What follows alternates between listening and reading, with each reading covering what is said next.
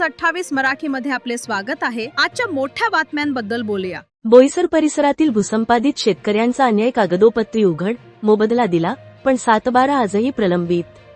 बोईसर जिल्हा पालघर परिसरातील भूसंपादित शेतकऱ्यांच्या प्रश्नावर सरकारची विस्कळीत आणि संथ कारभाराची धक्कादायक बाब अधिकृत कागदपत्रांतून समोर आली आहे। सूर्या कालवा प्रकल्प, वाढवण बंदर, ग्रीनफील्ड महामार्ग आदी प्रकल्पांसाठी मोठ्या प्रमाणावर जमीन संपादित करण्यात आली असली तरी अनेक गावांमध्ये आजही 7/12 नोंदी अपूर्ण असून मालकी हक्क प्रत्यक्षात शेतकऱ्यांच्या हाती आलेले नाहीत, हे स्पष्ट झाले आहे। विधानसभेतील तारांकित प्रश्न क्रमांक 27,888 अनुषंगाने सादर करण्यात आलेल्या माहितीनुसार शिगाव, हनुमाननगर, चंद्रनगर, गोवणे, राणीशिगाव आदी गावांतील शेतजमिनी संपादित करण्यात आल्या। एकूण 105.377 सहस्रांश हेक्टर क्षेत्रापैकी 66.58 हेक्टर क्षेत्र प्रत्यक्ष संपादित झाले असून त्यासाठी सुमारे 37,87,00,000 रुपयांचा मोबदला मंजूर व वितरित केल्याचा दावा सरकारने केला आहे। मात्र याच कागदपत्रांतून गंभीर विसंगती उघड झाली आहे। अनेक ठिकाणी मोबदला देण्यात आला असला तरी 7/12 उतार्यावर सरकारचे नाव चढविण्याची प्रक्रिया अपूर्ण आहे। काही गावांमध्ये तर प्रकल्पाचे कामच अद्याप सुरू झालेले नाही, अशी नोंद आहे। विशेष म्हणजे हनुमाननगर व शिगाव येथे अधिकार अभिलेख अद्ययावत करण्याची प्रक्रिया अजूनही सुरू असल्याचे सरकारने मान्य केले आहे।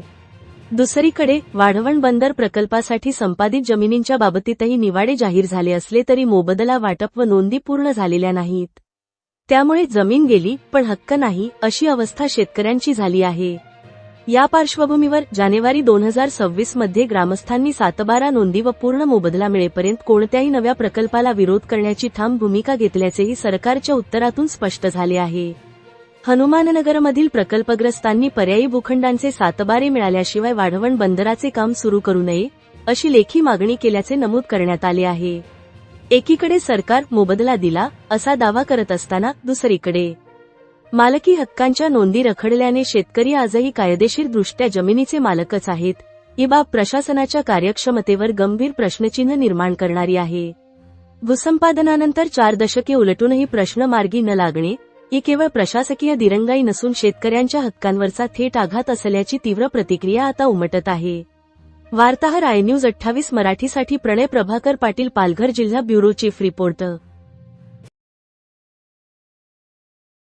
क्रमांक 4 प्रश्न क्रमांक 27,888। अध्यक्ष महोदय, छापल्याप्रमाणे अध्यक्ष महोदय, पालघर जिल्ह्यामधील एक चंद्रानगर आणि हनुमाननगर ही 2 गावं आहेत। त्या ठिकाणी 1970 ते 1982च्या दरम्यान सूर्या धरण त्या ठिकाणी पूर्णत्वात आलं। एकूण 11 गावं होती, त्यापैकी चंद्रानगर आणि हनुमाननगर ही जी 2 गावं जी आहे, ह्या 2 गावांना मागील 40 वर्ष म्हणजे 45 वर्षापासून त्यांना अद्यापी सागबाराचं त्या ठिकाणी सागबारा उतारा त्या ठिकाणी दिला गेलेला नाही।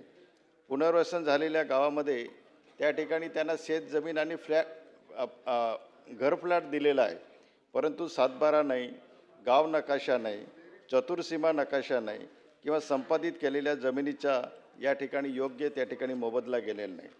आणि हे असं असताना त्यांना अद्यापी सागबारा दिला गेला असताना सुद्धा अध्यक्ष महोदय, या ठिकाणी वाढवण बंदरासाठी जैन पेठी, हनुमाननगर व चंद्रानगर या 2 गावातील जमीन संपादित केल्या गेल्या, अद्यापी त्यांना सागबारा दिलेला नसताना साहेब वाढवण बंदर त्या ठिकाणी त्यांनी जमिनी संपादित केल्या, परंतु त्या ठिकाणी पुन्हा बुलेट ट्रेन आहे, बुलेट ट्रेनने सुद्धा त्या ठिकाणी जमिनी संपादित केल्या।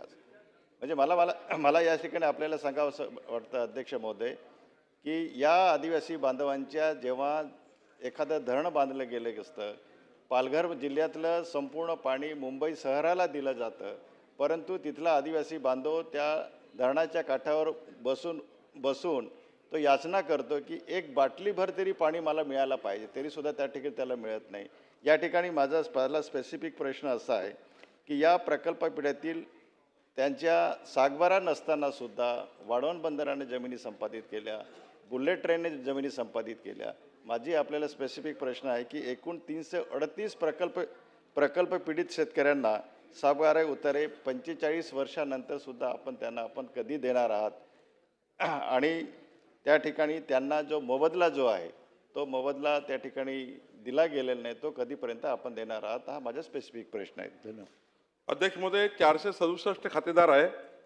262 खातेदारांना आपण 7/12 वेगळा दिल्यामुळे त्यांचा प्रश्न आला नाही. 207 शेतकरी शिल्लक आहे.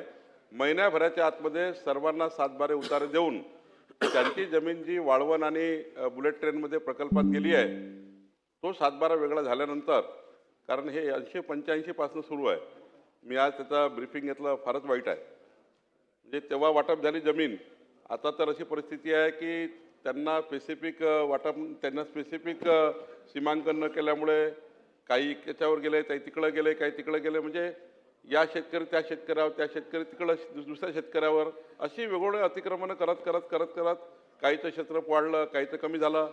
या सर्वांचं सीमांकन करून महिन्याभराच्या आतमध्ये 208 शेतकऱ्यांना, 205 शेतकऱ्यांना, उर्वरित शेतकरी जे राहिले त्यांना आपण 7/12चं वाटप, नकाशा वाटप करू आणि त्यानंतर जे बुलेट ट्रेन आणि वाळवंटमध्ये जमिनी गेल्या तर जसं 7/12 आणि याचा नकाशा वेगळा झाला त्यांना तो मोबदला मिळेल, त्याचा मोबदला तयार आहे.